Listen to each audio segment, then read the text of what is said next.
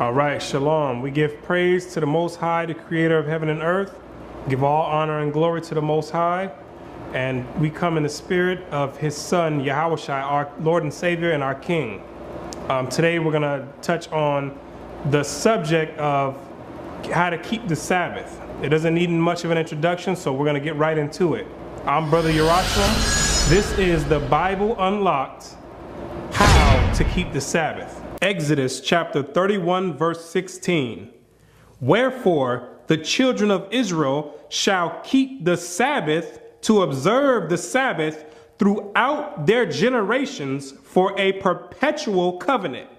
It is a sign between me and the children of Israel forever. So I want to start off with this verse just in case people forgot the thought that we are to keep the Sabbath. It is a sign between the Most High and the children of Israel, which are the so-called Negroes, Hispanics, Native Indians, and various people of color suffering the curses written in Deuteronomy, the 28th chapter. So it is a sign between me and the children of Israel forever. So there's no such thing as Sunday worship in the Bible. So the Sabbath day is what we must keep. So this is the reminder to give people the idea and allow them to know that the Sabbath is something we're supposed to be keeping. Exodus 31 verse 15. 6 days may work be done, but in the seventh is the Sabbath of rest, holy to the Lord. The Most High says 6 days may work be done. That means 6 days is what the Most High gave us to do all the work necessary in order to earn an income. 6 days is what the Most High gave us for all the labor and work we want to do for hobby. That's what the Most High gave us. But the seventh day, which is the Sabbath, Friday sundown and Saturday sundown, that's holy unto the Most High. It's his Sabbath day. It's his day of rest. That's what he ordained from the beginning, all the way back in Genesis. So in other words, the Sabbath day is a day that we're not supposed to be working on. There's exceptions that we'll get into a little bit later in the video, but as a general understanding, the Sabbath day is a day that we're not supposed to be working on. Whosoever doeth any work in the Sabbath day, he shall surely be put to death. So the judgment is whoever gets caught doing any type of work, that soul shall be put to death. If you were caught, this is the judgment that was ordained by the Most High when we had our kingdom. The children of Israel had a kingdom set up and we had our own laws that governed ourselves. This was the judgment. Whoever was caught doing work was put to death. Of course, we can't do that today because the world doesn't believe in keeping the Sabbath. The world believes in keeping Sunday. So this is not a punishment today, but in the kingdom to come, which the children of Israel will be rulers over, the 12,000 from each tribe, this will be the penalty for those breaking the Sabbath. Exodus 20 verse 10. But the seventh day is the Sabbath of the Lord thy God. In it thou shalt not do any work, thou, nor thy son, nor thy daughter, thy manservant, nor thy maidservant, nor thy cattle, nor thy stranger that is within thy gate. So the Most High says again, 6 days you have to do all your work, but the seventh day everything shuts down. He says you couldn't put your sons and your daughters to work. You can't have them in today's time, that meaning you wouldn't be able to have them go outside and go mow the lawn. You can't have them do that, or you can't tell them go out and go pick up all this trash out there in the lawn. That's what the Most High is saying. Is the sons and daughters, they have the day off of rest. It also says the manservants and the maidservants, those that are working for you. So if you own a business, all your employees have the Sabbath day off. That's what the Most High instituted. You can't just pick the Sabbath day off for yourself and say, you know what, I'm gonna put everyone else to work. They all have to work though and make money for me. No, the Most High says they get that day off as well. They get that day off as well. And also the cattle.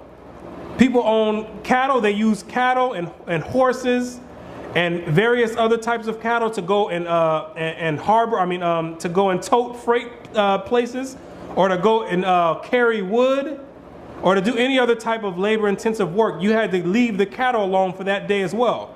They got a day off. And the strangers back then that were working for us, for the children of Israel, they also had that day off as well. Everyone who lived in the land of Israel had the Sabbath day off. That was what the law that was instituted by the Most High. So that's how we're supposed to practice it. Of course, there's exceptions to it, which we'll get into later on. But as a general understanding, that's what you're supposed to do. Everyone has the day off. You don't put anyone to work. For in 6 days the Lord made heaven and earth, the sea and all that in them is, and rested the 7th day. Wherefore the Lord blessed the Sabbath day and hallowed it. Exodus 16 verse 23. And he said unto them, this is that which the Lord hath said. Tomorrow is the rest of the holy Sabbath unto the Lord. Bake that which ye will bake today, and seethe that ye will seethe, and that which remaineth over lay up for you to keep until the morning. So the Most High says, bake what you will bake today. This is the day prior to the Sabbath day, which in today's term would be the Friday before the evening. Bake what you're going to bake today, and seethe, that means to boil. Boil or cook whatever you're going to cook today, because the next day is the Sabbath of rest. So what is this telling you? That you're not supposed to be cooking food on the Sabbath day. The Sabbath day is a day that you're not supposed to be cooking food. Why? Because that's a form of work that the Most High doesn't want.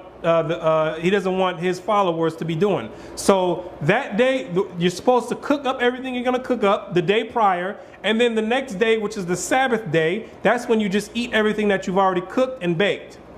Nehemiah 13 verse 15.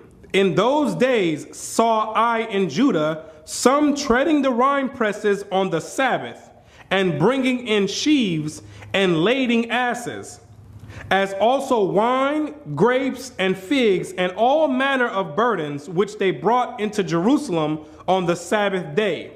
And I testified against them in the day wherein they sold victuals. So this is Nehemiah seeing Gentiles coming to exploit the children of Israel on the Sabbath day, coming and make money off the children of Israel on the Sabbath day. And the Gentiles knew back then that the Sabbath day was a holy day unto the children of Israel, and a holy day to the Most High. Just like they know today, they were coming, trying to set up shop in Jerusalem, and Nehemiah was there, and this is what's going to happen next. There dwelt men of Tyre also therein, which brought fish and all manner of ware, and sold on the Sabbath unto the children of Judah and in Jerusalem. So the people from Tyre, and there was other Gentiles amongst them, came with fish, all type of other goods of food, and were selling to the children of Israel. They were selling to the children of Israel on that day. The same way that they set up shop on the Sabbath day, the stores, 24-hour stores in the neighborhoods of the children of Israel, they were doing the same thing back then. Nothing has changed. They came and set up shop on the Sabbath day, came from far countries all the way to Jerusalem to come set up to make money off the children of Israel, which they knew they weren't supposed to be doing. Then I contended with the nobles of Judah and said unto them, what evil thing is this that ye do, and profane the Sabbath day? Did not your fathers thus? And did not our God bring all this evil upon us and upon this city? Yet ye bring more wrath upon Israel by profaning the Sabbath. Nehemiah is talking to the nobles or the leaders of Judah. And he's asking them, what are you doing? Letting these people come in here and sell and profane the Sabbath day, letting you know that buying and selling is something that is prohibited on the Sabbath day. We're not supposed to be buying and selling things on the Sabbath day. So this is Nehemiah contending with all of the leaders and asking them, what are you doing? You're profaning the Sabbath. Don't you know what just happened? And the evil that the Most High brought to the children of Israel because we were profaning the Sabbath in times past? Because at this time we had just came back into the land and we were getting the land built up again. And Nehemiah's like, what, don't you get the hint on the Most High just had us in slavery? And now you're doing the same thing that got us put in slavery. And now you're profaning the Sabbath, continuing the cycle. And it came to pass that when the gates of Jerusalem began to dark before the Sabbath, I commanded that the gates should be shut, and charged that they should not be opened till after the Sabbath. And some of my servants set I at the gates, that there should no burden be brought in on the Sabbath day. So Nehemiah came up with a plan. He says, the gate coming into Jerusalem, I'm going to have that shut so these Gentiles and other people don't come in here selling foods and other goods to the children of Israel. So his plan that he devised was to close the gate so no one can enter into the city. So the merchants and sellers of all kind of ware lodged without Jerusalem once or twice. So the Gentiles were coming with the gate closed, waiting outside of the gate. They did this 1 or 2 times, waiting outside the gate. Obviously, we were spending a lot of money for them to sit outside and waste time and money trying to find a way to get into the city. They looking over the gate, trying to find little holes to get in, trying to get the children of Israel to spend money, because we did the same thing back then. We spent money the same way you get money today. You get your check on Friday, Saturday the whole check is gone.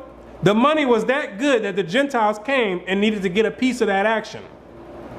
They needed to come and get that money. Obviously the money was that good if they stood outside the gate waiting to get the children of Israel to purchase the good. Obviously we were spending money the same way we spend today. You can't keep a dollar for 10 seconds. The dollar's gone. And you ask any of the people who own the 7-Elevens or own any mom and pop restaurant in a neighborhood that's filled with the children of Israel, they all tell you that the so-called black people, we all spend money like crazy. They know that we spend money. We spend money with everyone else and we don't keep it amongst ourselves, but we'll spend money quick. So the Gentiles, they knew the same thing back then. That money was good. So it was worth waiting outside the gate. Then I testified against them and said unto them, why lodge ye about the wall? If ye do so again, I will lay hands on you. Nehemiah said, what are you sitting here waiting outside the gate for? You're not about to come in here and find a hole to get in here and have the children of Israel buy your food. What are you doing? He says, if you do this one more time, I'm going to lay hands on you.